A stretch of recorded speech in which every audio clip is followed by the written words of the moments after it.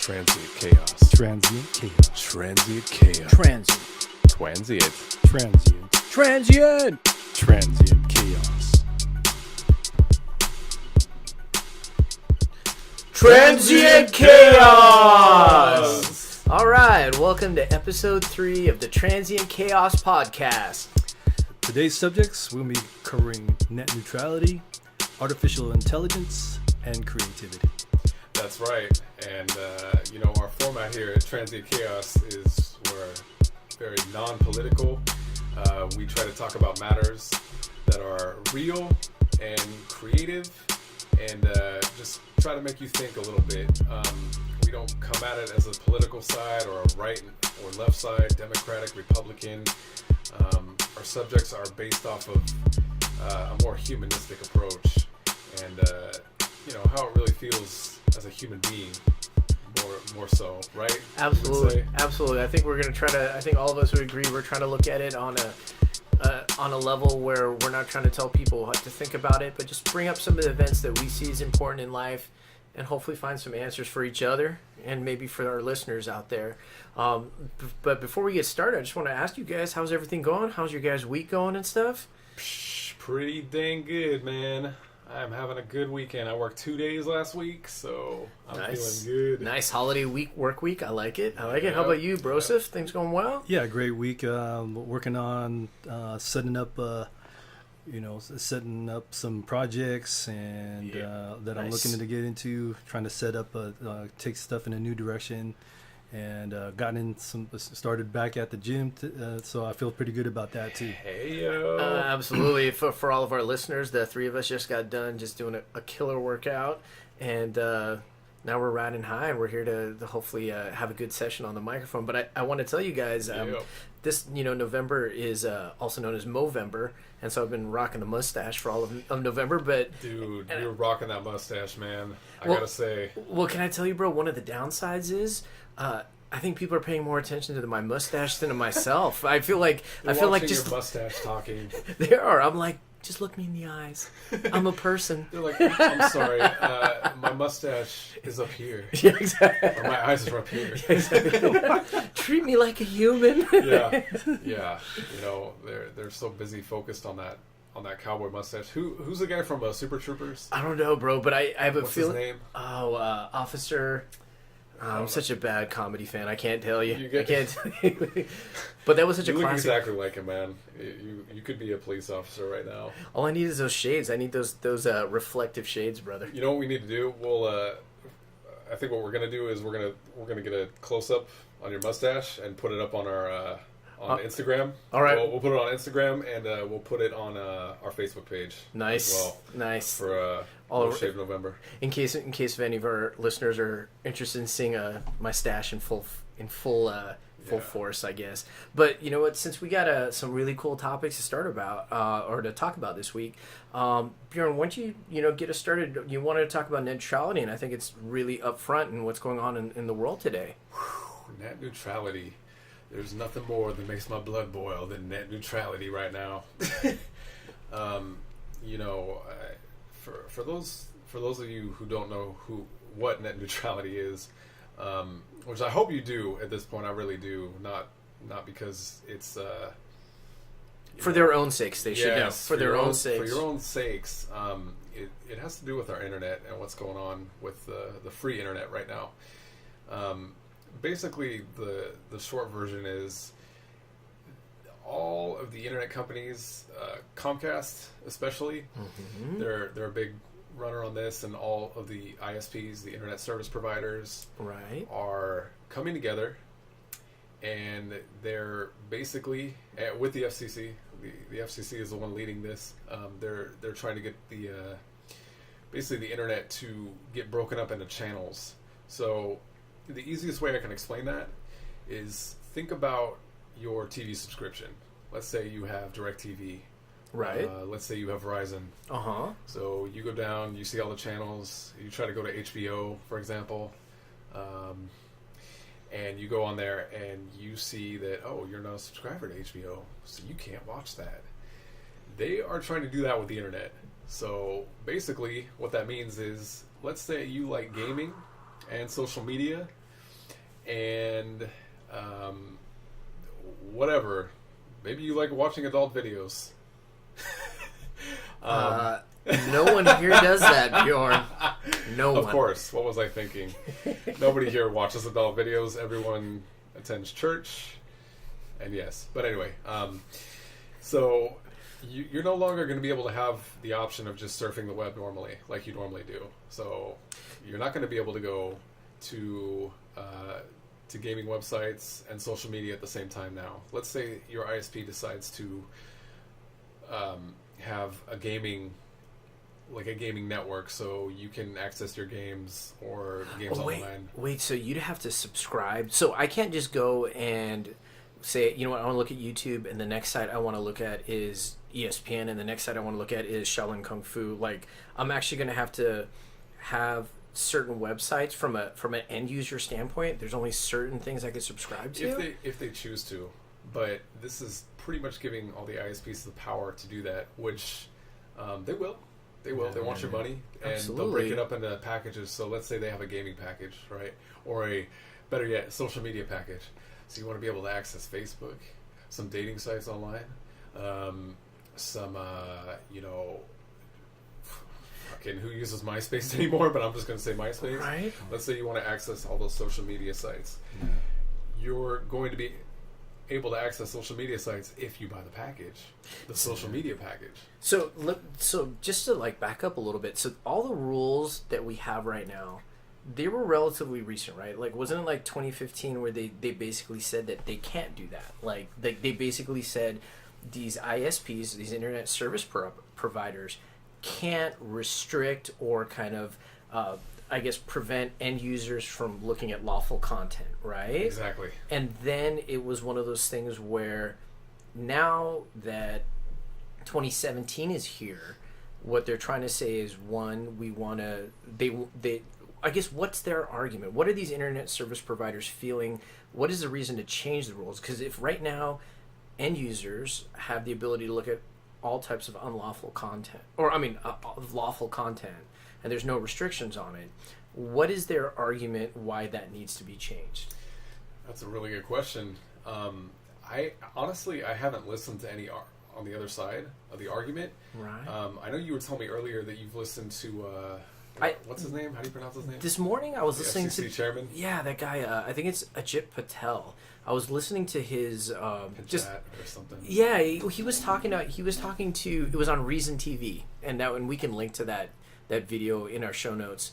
But he had done an interview with Reason TV, and basically they were asking him some of the questions as to why would you want to change the rules. And his thoughts were that because there's so much need for investment, monetary investment, capital investment to build these type of networks, that by having these different rules saying that basically internet service providers had to give people unrestricted access to all this content, that there was no incentivization for them, and it was an undue amount of burdensome regulation, which, to be honest with you, I don't know how burdensome the regulation is on these companies, but I would almost say that if taking away some of this legislation, this is once again from the selfish point of view of an end user, if that means that the internet service provider can start choking Netflix and saying, you know what, they need from the company standpoint needs to pay the internet service provider a premium just so that their customers don't get slower speeds, then that's something that I'm wholly not wanting that. Because it's going to negatively affect a lot of people's lives. And think about this too. A lot of ISPs are already throttling internet speeds already. So you have that, and if you're, my thing about it is I'm obviously against the whole repeal. Just for our viewers to, keep it straight, what the FCC wants is they want to repeal net neutrality. Net neutrality is good. It exists because it keeps everything fair. It keeps huge ISPs, like you said, from coming together and restricting any kind of internet. Now, when I say that they're trying to repeal it, they want to take it away. Anyway, with that being said, think about just giving more power to corporations. Think about how powerful corporations in America already are, which is good. Going back to the American dream, this is what America's built on, is, somebody coming up and making something out of nothing, and, making this huge empire. Absolutely. But then when you repeal net neutrality, you're literally taking the internet away from the masses. Yes, exactly. And the internet's been free since it's been out, And that's the thing. I wonder, even if they repeal it, I mean, I'll be honest with you, there's some people, if you take away their Instagram, you take away their Tinder, or you charge them extra to use it, there's gonna be a lot of people that are up in arms, because I think that's the reason why so many people are leaving normal traditional cable. And a lot of these internet service providers are also traditional cable companies. But I mean, I cut the cable a year and a half, 2 years ago. Why did you cut the cable? What was the main reason? The main reason was because they were just giving me tons of crappy content, and they were charging a lot for these bundles, right? What I really wanted, our family really decided we wanted, was access to the internet. Yeah. So I could see the content I want a la carte on Netflix. If I want HBO Go, I'll pay for that, or Hulu. I don't want ESPN 1 through 12. I don't want, every single channel. I'm not a big QVC person. There's a lot of channels that I just did not want or pay attention to. So that's the reason we did. Now, if they're trying to turn the internet into that, then, and they very well may be. I mean, I think that what we have to be careful about is, and once again, we're not trying to be political, but I think we have to look at the situation for what it is if the person that is spearheading this, which is the chairman of the FCC, I mean, we also have to look at his background or where he came from. I mean, if he was an independent third party, I think that's different. I think we'd have to, I think as a rational person, I think you should look at it and be like, okay, what is this dude's argument? Because maybe it's legit. Right. You would be more open to listening to him, which you have me, somebody that just hears about what the repeal of net neutrality is, and you don't even want to hear the other side, which is quite the opposite of what we do here on the podcast. Is we want to look at both sides, but we're talking about the internet. We're talking about people's freedom to browse the web whenever they want and however they want. I think we talked about this in the earlier episode. I think the internet has created an inflection point in our society. We have the ability now to get away from the traditional gatekeepers to get our information. And I think, Joe, you'd mentioned that, especially in the music industry, it's revolutionized the music industry. Yeah, definitely. I mean, it took the power and put it back into the creators' hands. It's we didn't have to go through those gatekeepers, as you said, to release our music, get our music out, and get it out to where it equalize the playing field. Unfortunately, it had an adverse effect on the corporations, but the way from the artist standpoint, from the artist standpoint, exactly. I mean, from the artist standpoint, with everything that was going on the other side, quote unquote other side, where, to get stuff on the radio, there's this thing called payola, where, because they had all the money, it's not free. It wasn't free for you to, the radio wasn't free for you to just be able to release, nobody could just get on there. They had to be backed by money to be able to get that airtime. Right? So this, with the internet being free, it's everybody can go see what they want, and so musicians could find a place to release their music on, and then and get their music heard. And I'm sure, and tell me this, because I know you're deep into many different types of music scenes.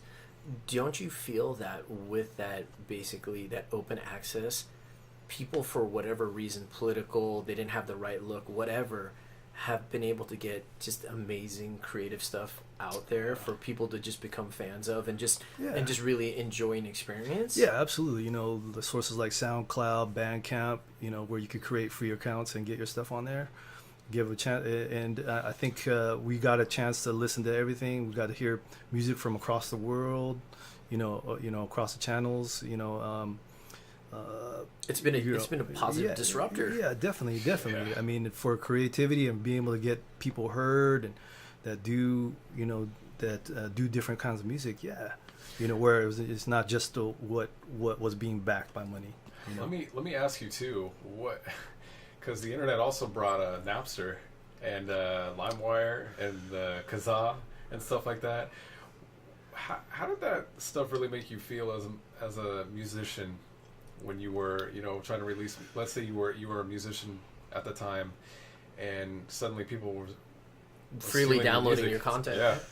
How was Napster for you? What did you think about that? Well, I'm not going to be, what you say?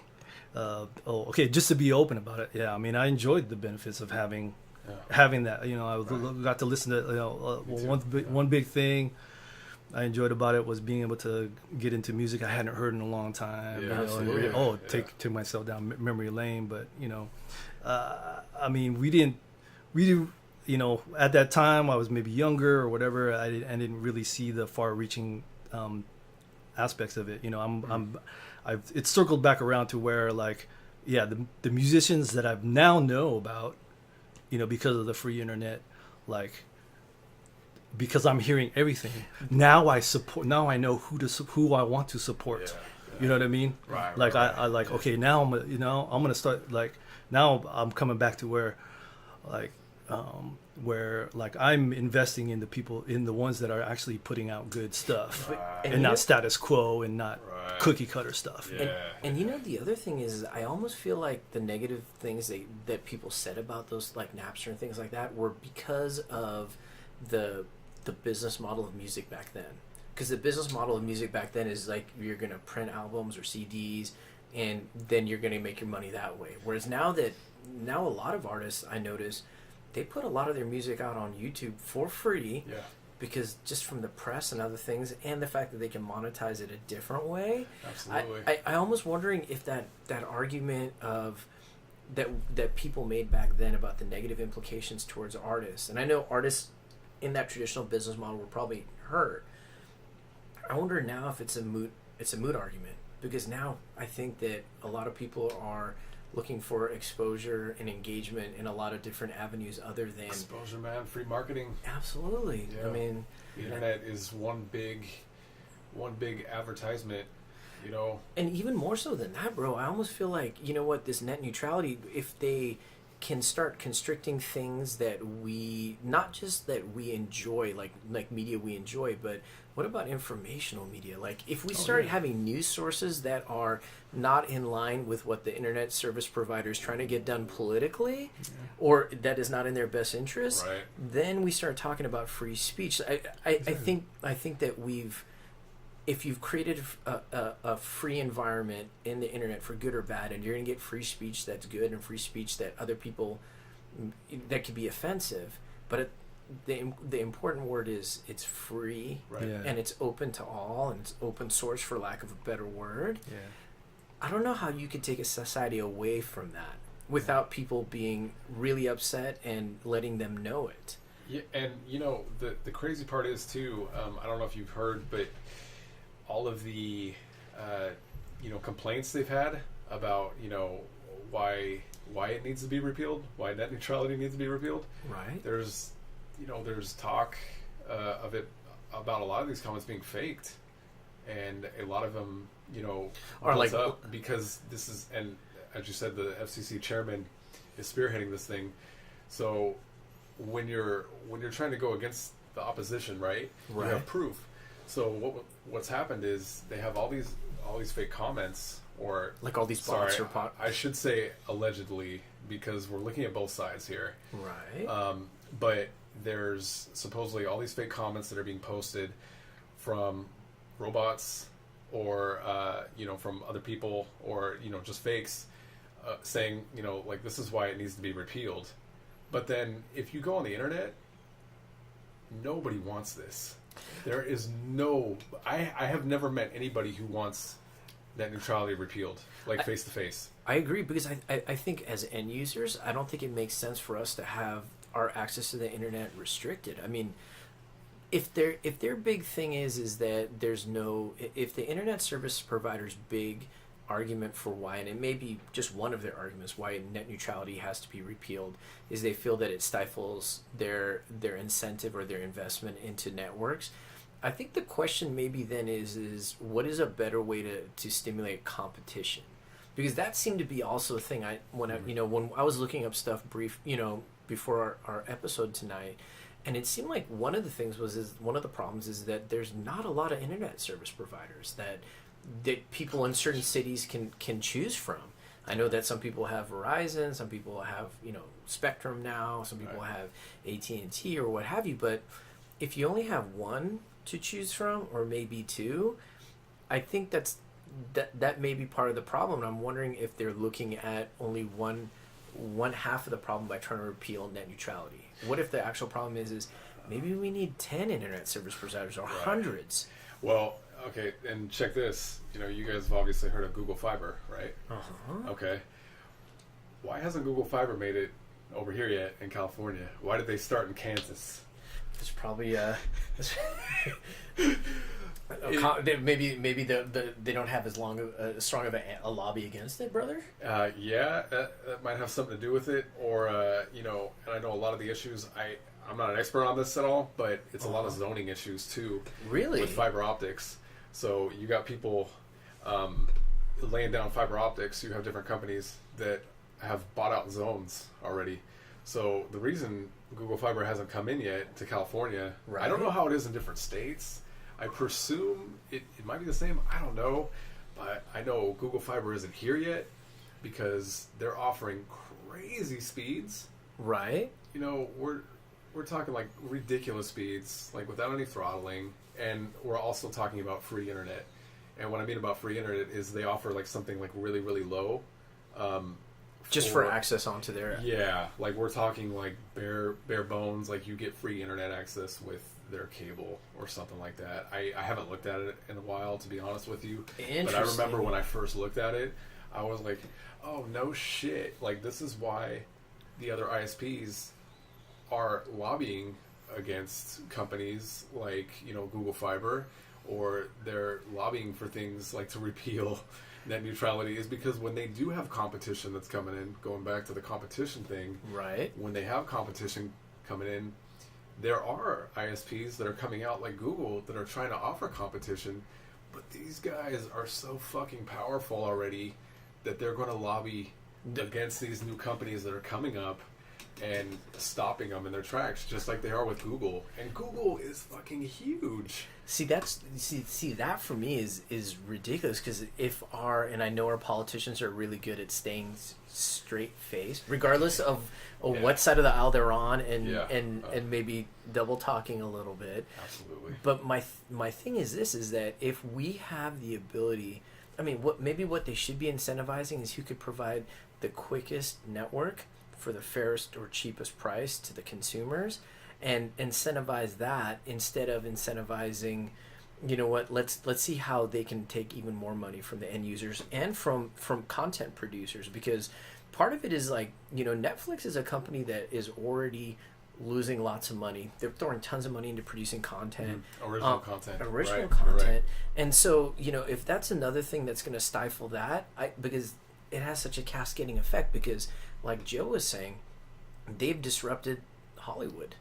They've disrupted, they've basically said to all these people that may have locked the doors to some of these content producers, or wouldn't have done what was asked for them on the casting couch. You know what I mean? Yeah. And if you want to hear about that, listen to our first episode. But what I was trying to say is that, there's far-reaching effects if we start taking away the ability for people to put up content, good or bad, to their own desire. I mean, look at us. I mean, we're trying to start a podcast.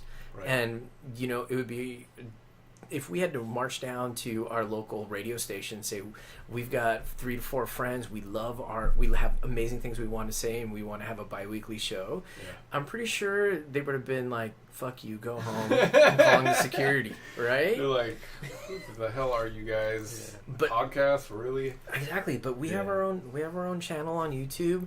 Right. We're trying to develop something. We're trying to get a message out there. Yeah. I mean, it sets a precedence. I mean, you just got to look at what it would set a precedence for. You know, I mean, if you want to look at microcosms of this effect, you know, it's like, you know, think of all those people who may not have money, you know, so they may not have as much money as other people, you know, right? And so they're limited, you know, they're limited in what they can access. Look at the microcosms of what could happen for like Facebook. Okay, so we had Facebook, and so long as you were following somebody, you saw, and you following somebody, you could get there. You know, it would come up in your timeline. And then so it was like a free thing, and like you just felt so free, and you could communicate with everybody. Everybody could get their ideas across. Right. But then they started using algorithms. Now in the background, now they're using algorithms to affect what actually shows up on your timeline. Yes. Not only that, now people could also pay for you to see, for their stuff to come up first, rather than that person that you're following that you really want to see what's going on over there. Okay, dude, so one microcosm. Another microcosm is like a subject that we touched on. Is the gaming world. Right. The gaming world. Okay, so now we're in these games. All these people are participating in these games. And now we have these things where you could pay to progress. And now people with money are farther along in their progress, and they're kicking everybody's ass online. Right, right. Yeah. You know, okay. Okay, so those are microcosms of what you can think of where this could go, where it could lead to, and think of the extreme parts of that. Yeah. And a thought that I've always thought about also is that if ever money got a hold of it, now think of also what else do we get free? We get free communication to people that, you know, that could be on the other side of the world. They could be on the other side of the world. Yeah. Okay, so now. What if you have to pay? Now, okay, so what is that? Who's that taking money from? I get what you're saying. Communication companies, right? Absolutely. Okay, so now they want to kill Skype. Now you have to pay for your instant messaging. Yeah. You have to pay for your email. Right. For access to email, which you know we all do to a certain point by getting our internet access, but it'll probably be like $5. Right. Something low. But you start totaling all of it up, and suddenly you're at $100 for basic internet that you had before that maybe you were paying. Well, you hit on a good point. It was like those basic cable packages, right? They start off small. Yeah. They get you in with those intro offers, but then after the fees, and every year they jack it up a little bit. Then pretty soon for cable, internet, and back in the day when we had ground phone lines everywhere. I mean, you could be like $250 in deep a month, you know? And I can see it. I can see what you're saying, Joe. I mean, it's a normal, and at least is the way I look at it. Like, if people have a business, they're going to look at different ways to grow their business.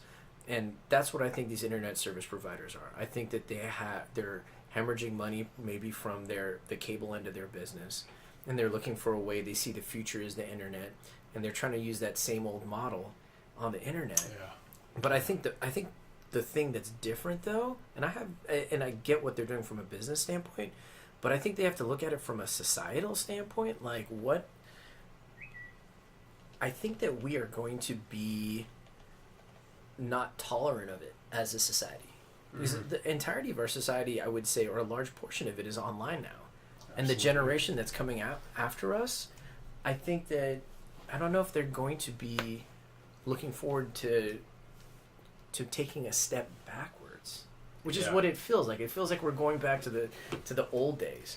Well, and it's just really interesting on just hearing the other side of them trying to take a stand against this free net that we have, because again, it just seems so crazy to me that they're going up against such a huge majority.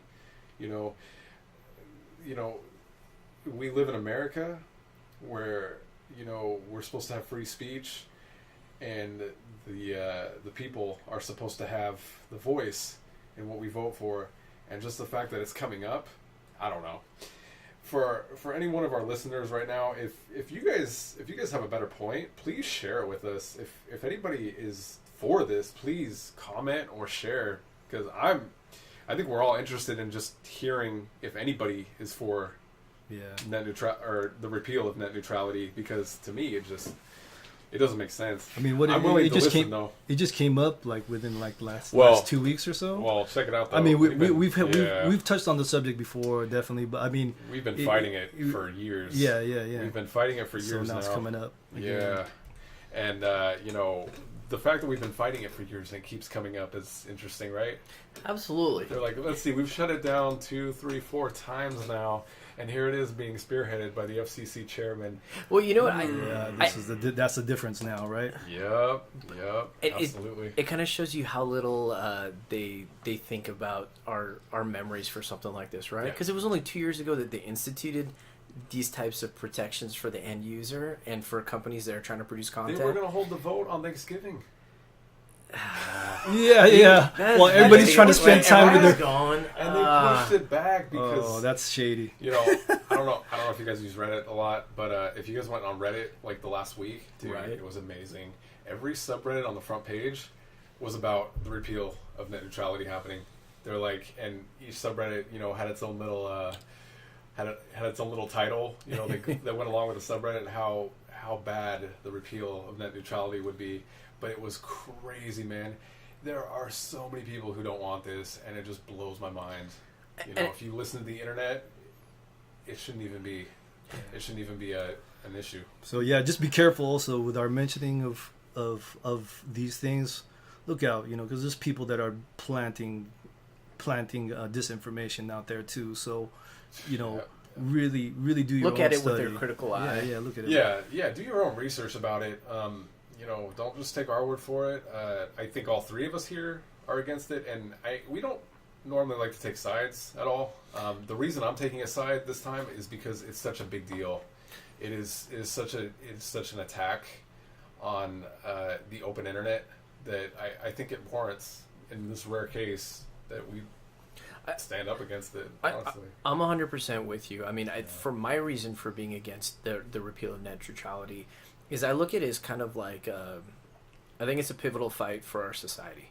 I feel that the internet has been such a positive disruptor, and is, I think, the first step in, I think, us opening our just our society up to a lot of different things, a lot of different creative outlets, a lot of different voices, good or bad. You may not agree with all of them, but at least you can access them and make your own judgment.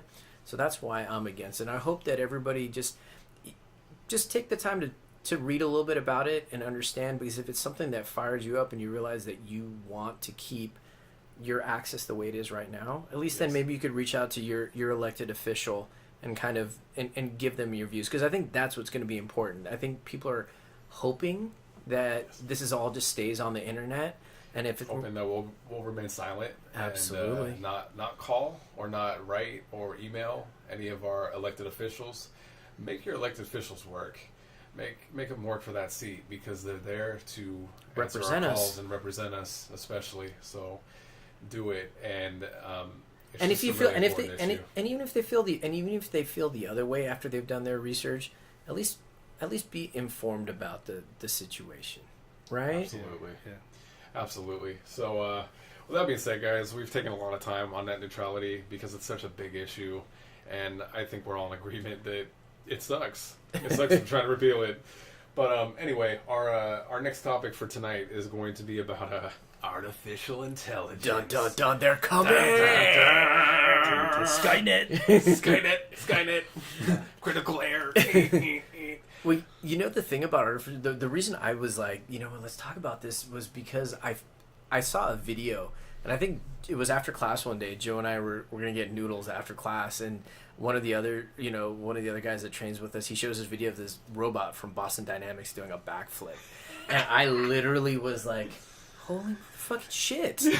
This guy just did a backflip. Most humans can't do backflips. I can't even do one on the ground without crying. I mean, it's so scary. And then this robot does this like perfect backflip. You're just like,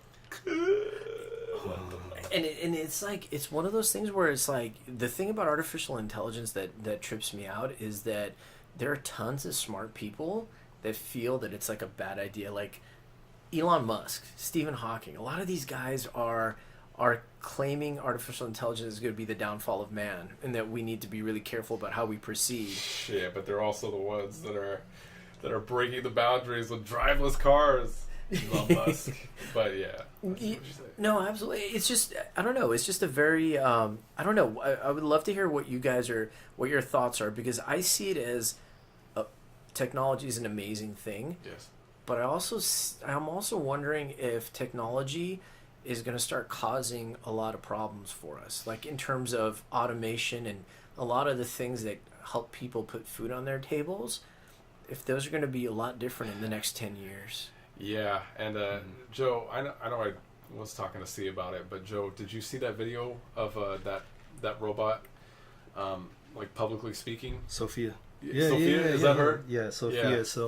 Yeah. So the you know, that robot doing that backflip and the physical capabilities. I mean, we were watching it do like box jumps, you know, turning around and it was turning parkour. It was, you know, able to turn around, find its balance and everything. That it speaks to the physical capabilities of art, you know, that artificial intelligence could have. But this, now we're talking about the brain of it. It's almost to the point, the intelligence, the way that Sophia speaks and answers questions is almost to the point of like, man, like, is this really the AI talking? I know, right? You know, is this really the AI talking? I mean, it's uncanny as far as, you know, how she responds, and, you know, how she's able to form her sentence and take the input of of someone speaking to her, and her being able to take that, process it, and come up with a viable response that that is human-like. You know, you're like, wow, this is scary. I do want to talk about that video for our viewers. If you guys haven't seen that video, check it out. It's I don't know, what is it, Sophia public speech or something? Right. Okay. She's you can speaking look at it some up. conference or something. And yeah, it's like some conference in, I want to say Israel. I don't remember. It was. Do you think we put the link in our show notes, bro? Yeah, let's put the link on in our notes. We'll put the link because it's such a crazy video, man.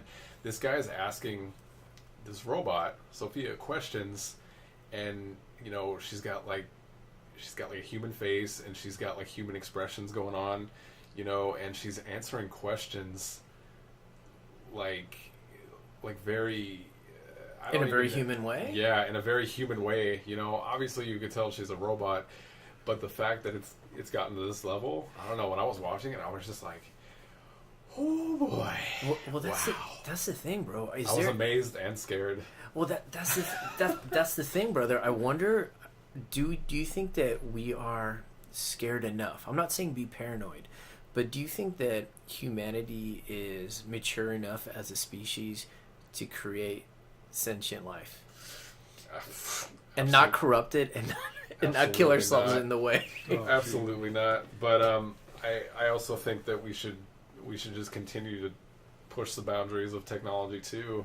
You know, it's a subject I'm really torn on, but you have to think of it like this too: jobs, and you know, what does it mean for your job? What does it mean for your living too? Because you're talking about people not having a job anymore. Well, it's interesting. Like, I think, like you mentioned, like driverless cars, right? Like, yeah. I don't think it's going to be far off before we don't have a truck driving profession in this country or around the world. Right. There are even things that we think are highly skilled human endeavors, right? Like surgery. There's actually robots that are performing a lot of surgery. Anesthesia. There are robots that are doing that. Really? Yeah. Anesthesia? Yeah, they're radiology. They're doing that. And then even in some of the creative things, you know, they're robots that are creating music. They're robots that are doing a lot of different things. Yeah. And that's what I'm wondering, like, what is going to be the end game? Because some people look at it as like, oh, then that'll free up humanity for being even more creative and to reach our highest potential because we're not dealing with all the stuff that the robots are doing for us.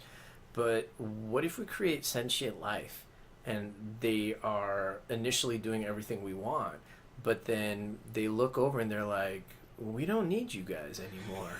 and in all honesty, you guys have jacked up the They're world like, a lot. Look at your human self and your sausage fingers. What are you gonna do with those? You know, look at my fingers. Absolutely. I can do a lot with these fingers. You Absolutely. know? Like, wring your neck.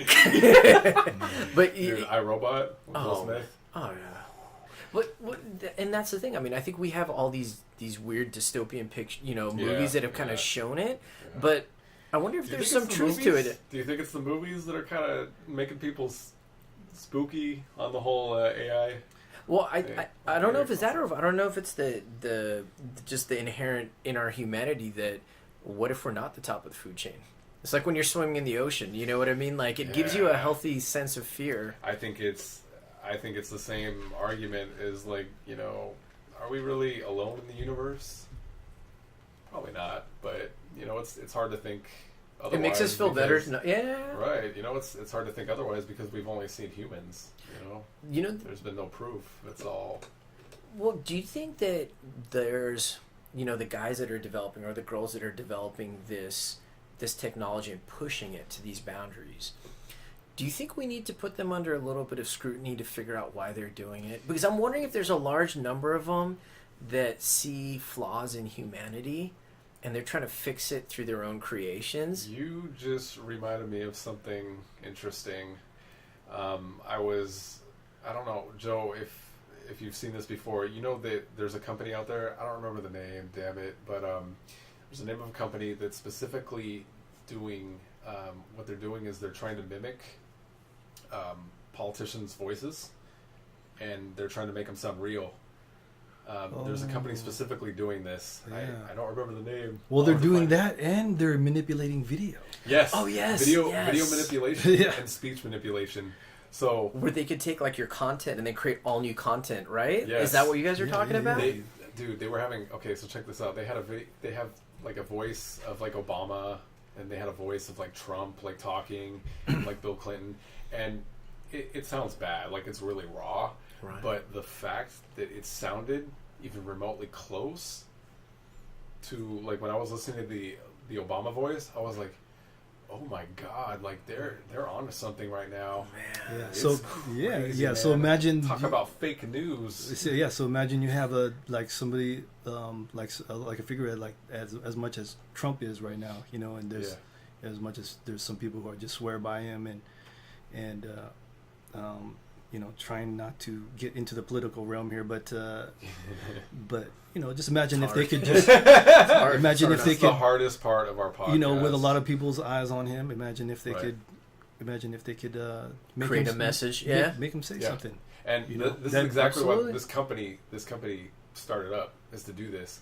So when you just said that, I was like, oh my God, like you're absolutely right, man. Like, so wait, that's your intention was to create was to produce like fake like media? Absolutely, yeah. Wow. I'm sorry. I don't want to say it was their intention, but think about it.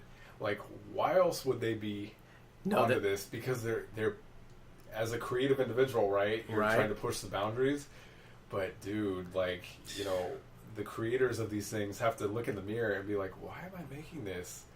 Just because it's so. I mean, it's already easy to. You have the term so popular right now, fake news, right? That's the ultimate fake news. It's literally crazy. fake. It's made up. It's manipulated, and it's scary, man. That's one thing that does scare me about what this company's doing. I think I'm less scared of the robots in general, like the idea of a robot like helping with human tasks and driverless cars. I agree with you.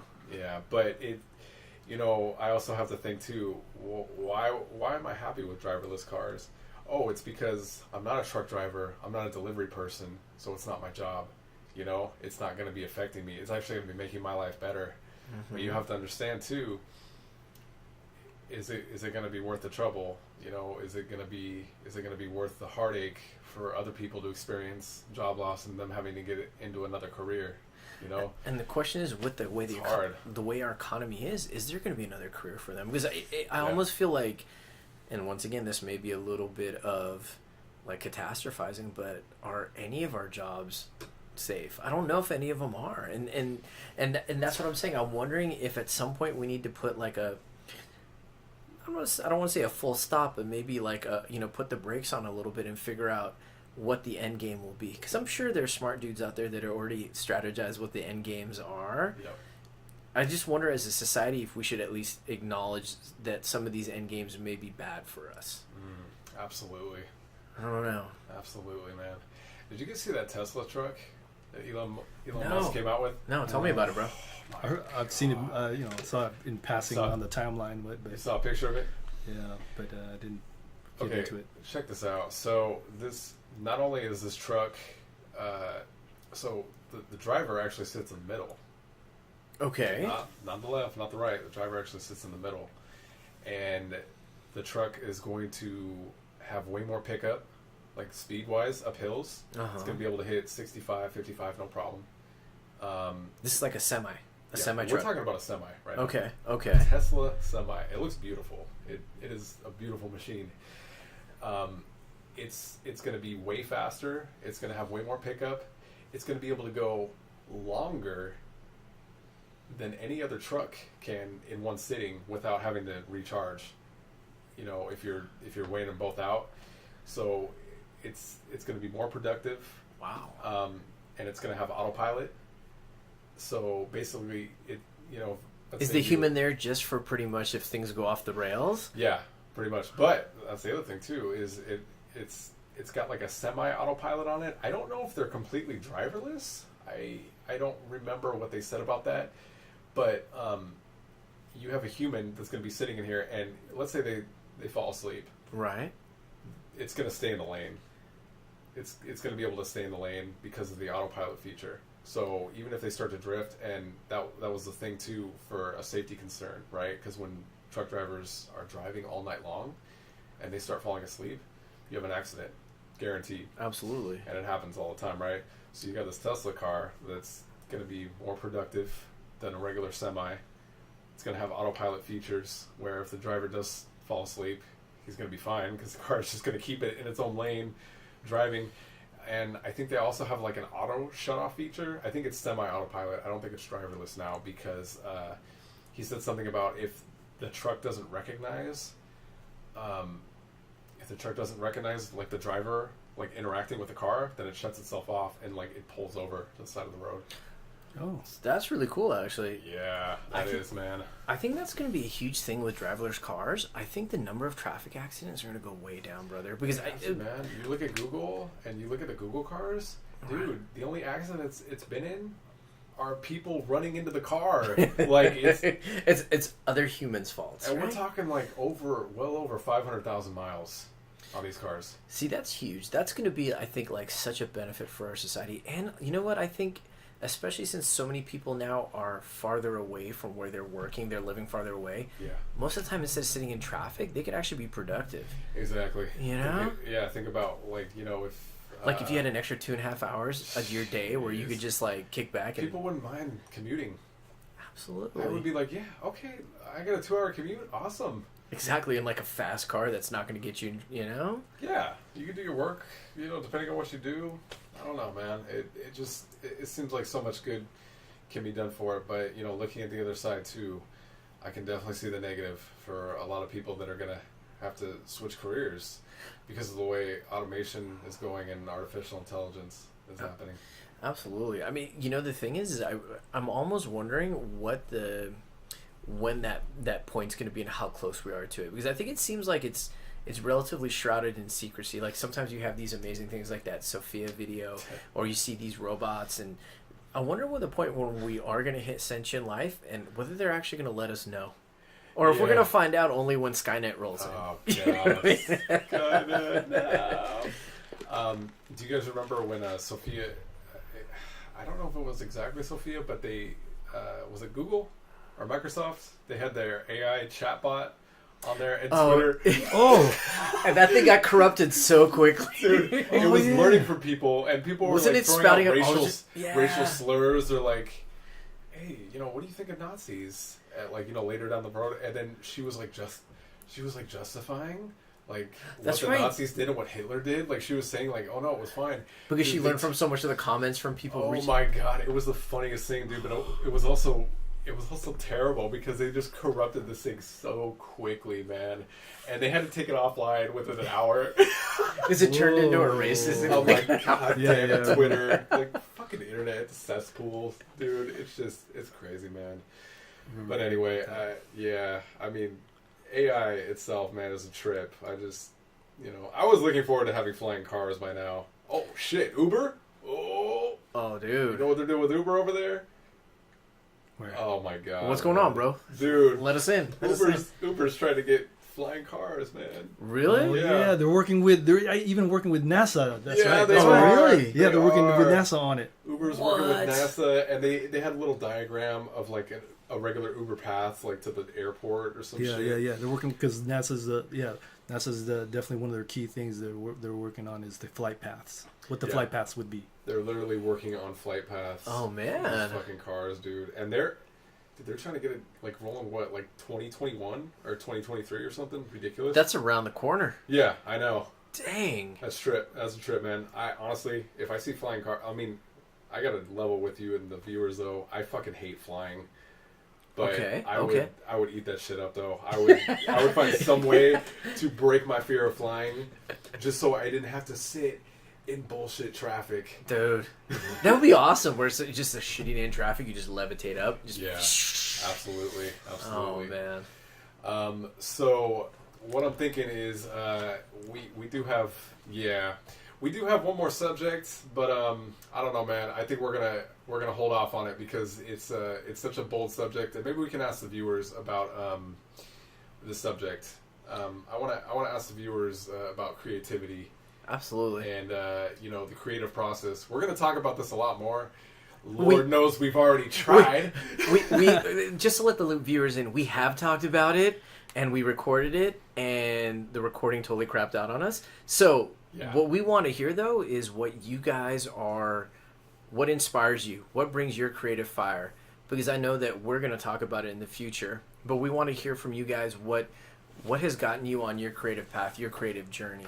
Yeah. And what does it mean to you? What does it mean for you to be creative, and how do you feel? Just drop us a little comment in the comment section and let us know.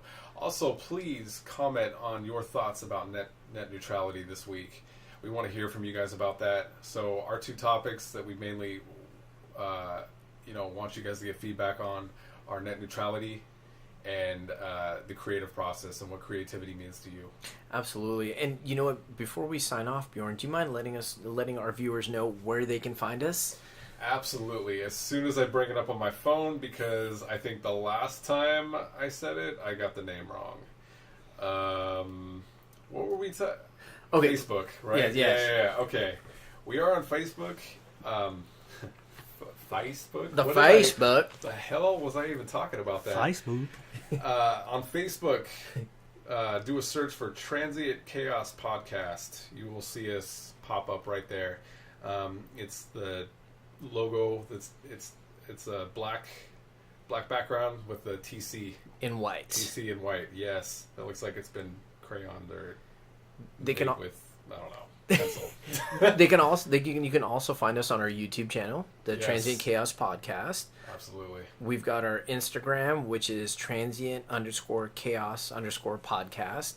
You can search for us there, and we are on iTunes as of a couple of weeks ago. That's right. We're on iTunes now, so check us out. Absolutely, and we'll keep you guys updated as we get on more and more platforms. We're gonna let you guys know about it.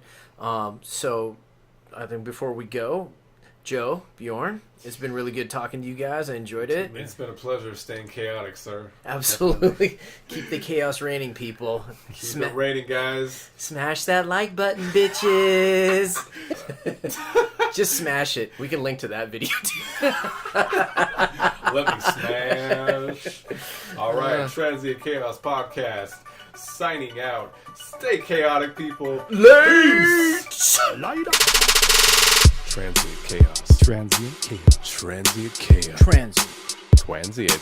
Transient. Transient. Transient.